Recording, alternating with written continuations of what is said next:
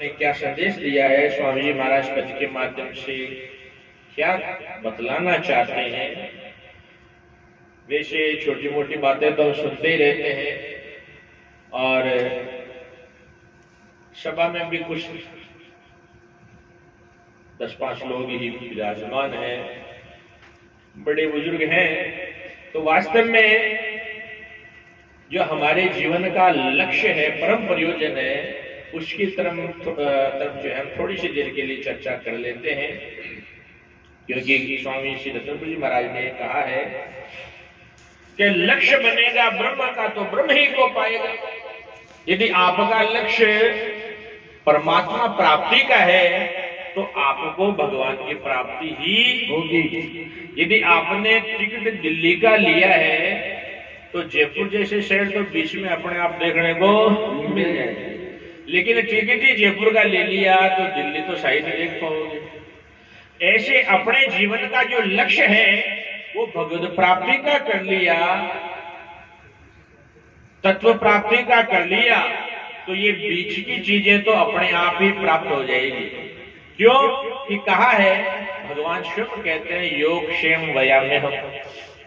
हे अर्जुन, मैं अपने भक्त का योग क्षेम स्वयं वहन करता हूं। जो अप्राप्त वस्तु है वो किसी को माध्यम बना करके किसी में से होकर के उसको पहुंचा देता हूं, और जो प्राप्त वस्तु है उसकी मैं रक्षा करता हूं। तो वास्तव में भगवान ये जब हम शरण में हो जाएंगे, जब भगवत प्राप्ति के लिए तत्पर हो जाएंगे, तो ये सांसारिक व्यवस्थाएं तो भगवान अपने आप पूरी करने वाले हैं। तो इसीलिए हमें अपने जीवन के तार कहां जोड़ने हैं? परमात्मा से। तो इसीलिए ये जो जीवन मिला है, इस जीवन का परम प्रयोजन है कि उस तत्व की प्राप्ति, अपने आप की प्राप्ति, जब भी महाराज अपने को बता रहे थे। तो यहां स्वामी जी महाराज कहते हैं कि मन तो वहां घर डेरा, किस घर में? जिन घर काल जाल नहीं व्यापे नहीं उपजे कोई, जहां काल की ताड़ नहीं लगती है, न वहां जन्म होता है नहीं मरना। जातस्य ही ध्रुव मृत्यु ध्रुव जन्म मर्तस्य। जिसका जन्म होता है उसकी मृत्यु ध्रुव निश्चित है। तो जन्म होता है उसको मरना भी, जन्म लेता है उसको मरना पड़ेगा। तो जन्म होता है तो मृत्यु भी तैयार है।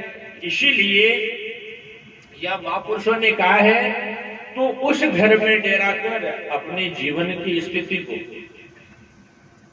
कैसे बनानी है? आत्म स्थिति प्राप्त करनी है। हमें उस स्थिति में पहुंचना है जहां जिस स्थिति को पाने के बाद में जन्मना और मरना होता ही नहीं, जरा मरण जिसको छू भी नहीं सकता।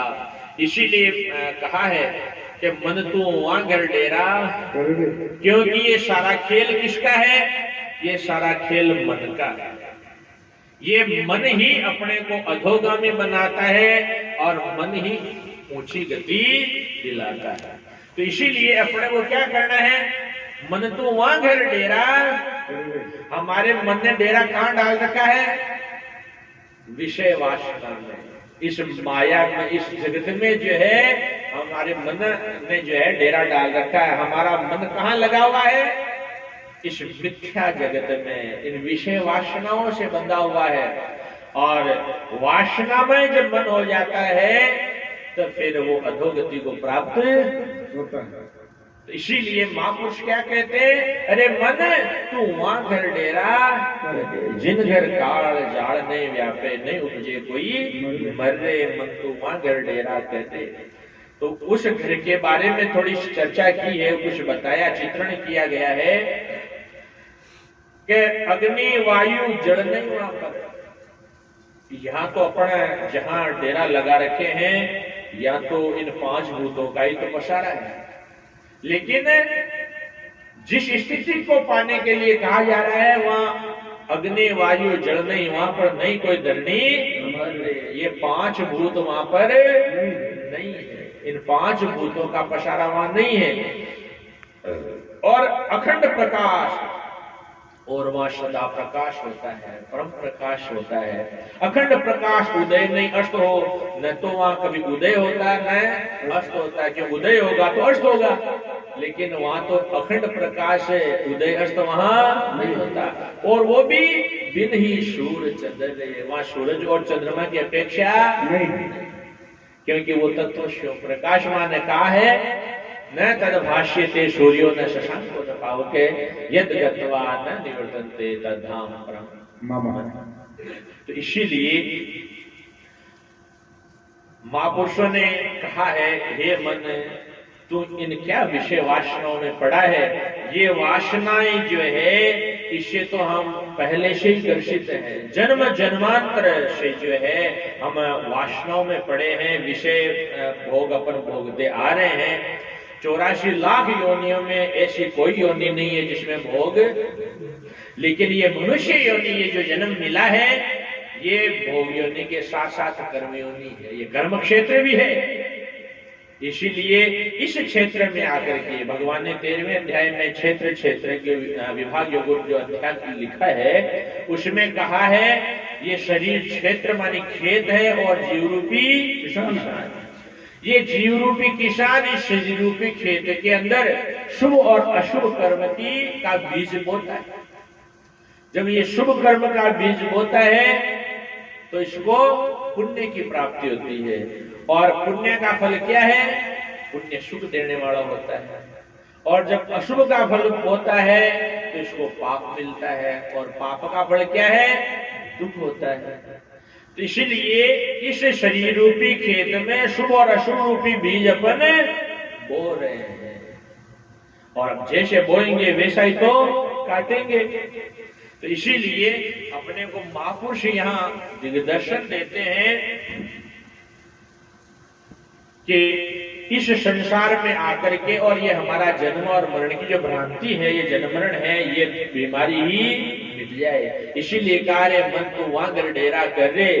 यहाँ तो जिन्होंने डेरा डाला है, हम लोग थोड़ी इच्छा करते हैं, विचार रखते हैं कि हमारे थोड़ा सा अच्छा मकान बन जाए तो सुखी हो जाए, हमारे 2 पैसे हो जाए तो सुखी हो जाए, गाड़ी घोड़े हो जाए तो सुखी हो जाए। लेकिन ये संसार तो दुखालय है। यदि संसार में सुख होता तो राजा महाराजा जिनके पूरी आलम जो हाथ जोड़ करके खड़ी थी उनको तो सुख मिल ही जाता, शायद वो तो सुखी हो ही जाते।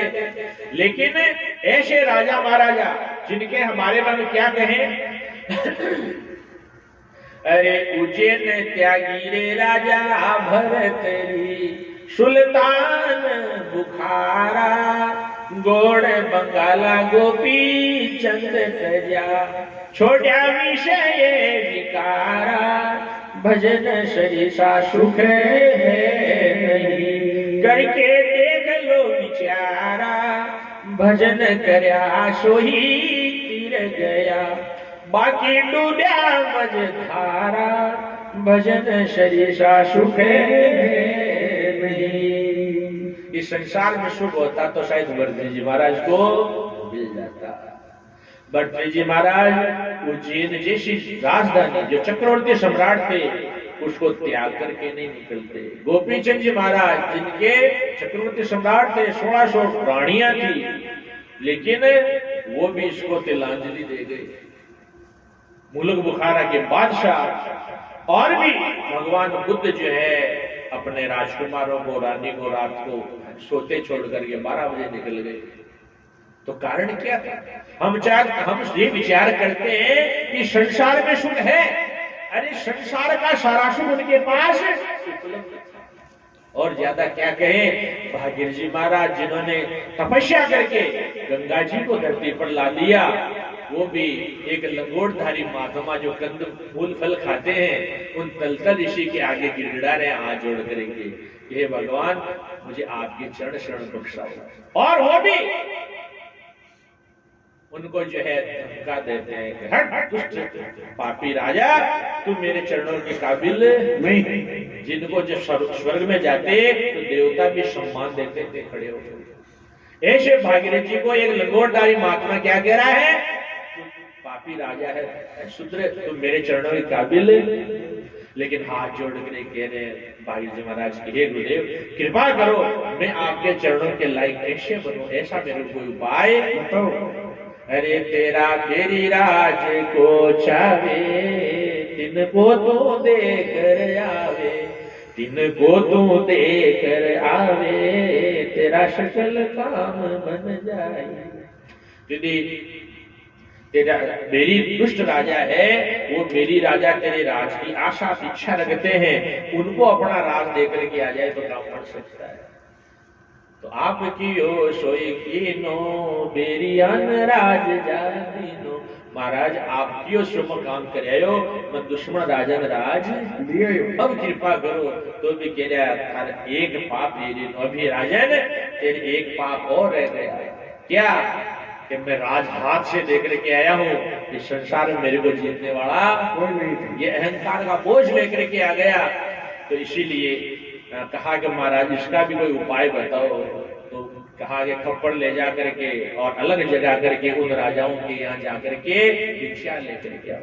तो विचार करो, यदि संसार में सुख होता तो फिर ये राजा महाराजा जो है राजधानियां क्यों छोड़ते, ये लंगोटधारी महापुरुषों की शरण में क्यों आते। इसे पता चलता है संसार में सुख होता तो लंकापति रावण जो है वो सुखी हो जाता, लेकिन वास्तव में सुख संसार में नहीं है, सुख तो हमारा स्वरूप है।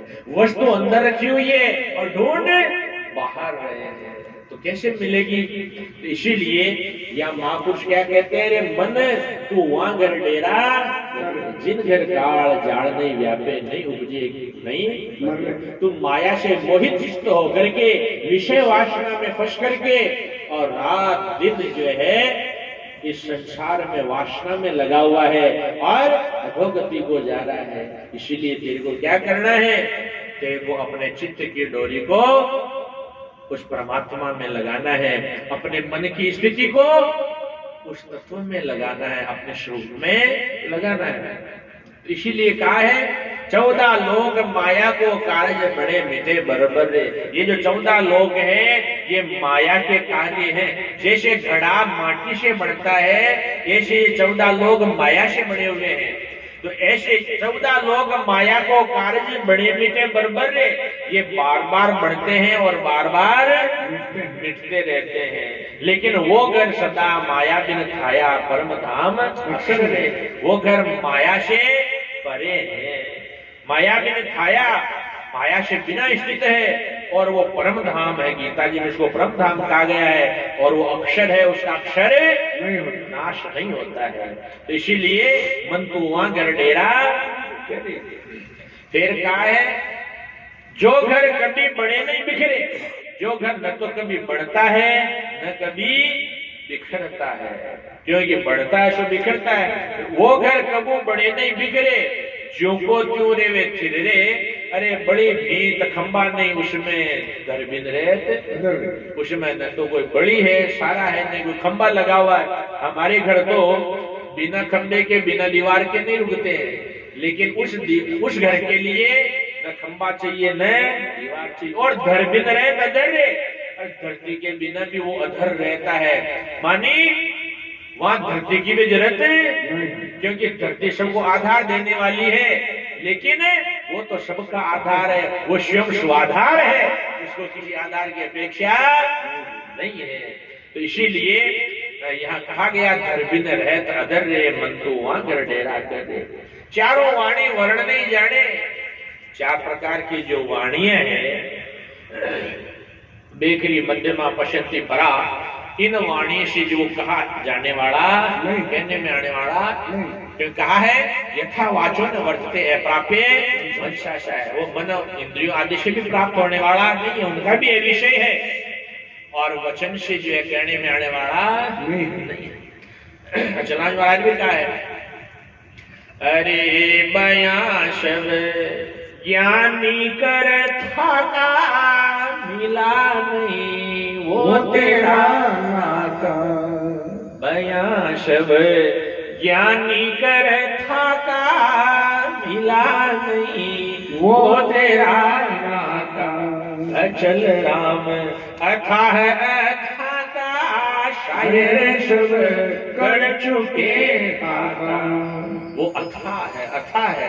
वेद की श्रुति भी नेति नेति करके लौट जाती है। वो ऐसा नहीं है, वो ऐसा नहीं है, वो ऐसा नहीं है, लेकिन वो कैसा है ये तो वेद की श्रुति भी नहीं कह सकती है। वो अकथनीय है। इसलिए सुंदरदास जी महाराज ने भी कहा है, सुंदर स्वामी क्या कहते हैं, पद के माध्यम से उन्होंने भी कहा है, अरे शब्द जहां पहुंचे नहीं गुरु से न बताई हो। हाँ, शब्द जहां पहुंचे नहीं गुरु से न बताइयो। सुंदर तुरिया तीत में सुंदर ठहराई हो। ऐसी तो मोहे देन बिहारी हो। ऐसी तो मोहे देन बिहारी हो। शब्द जहां पहुंचे नहीं, जहां शब्दों की पूछ नहीं है, वो शब्दातीत विषय है, गुणातीत है, रूपातीत है। इसीलिए कहा गया है, चारों वाणी वर्ण नहीं जाने, गुण गोचर से परे, तीन गुणों से और गोचर इंद्रियों आदि से वो परे है। गुण गोचर से परे निर्वयपुरी पहुंचे उस घर में सोईजन होई। स्वामी महाराज कहते हैं, उस घर में जो पहुंच जाता है वो सदा सदा के लिए अमर हो जाता है। इसलिए महापुरुष हमें संदेश देते हैं कि हमें अपने मनोवृत्तियों को इस संसार में विषय वासना से रोक करके और निर्वासित होकर के उन परम पिता परमात्मा के चरणों में लगाना चाहिए। बोलो सद्गुरु भगवान की जय।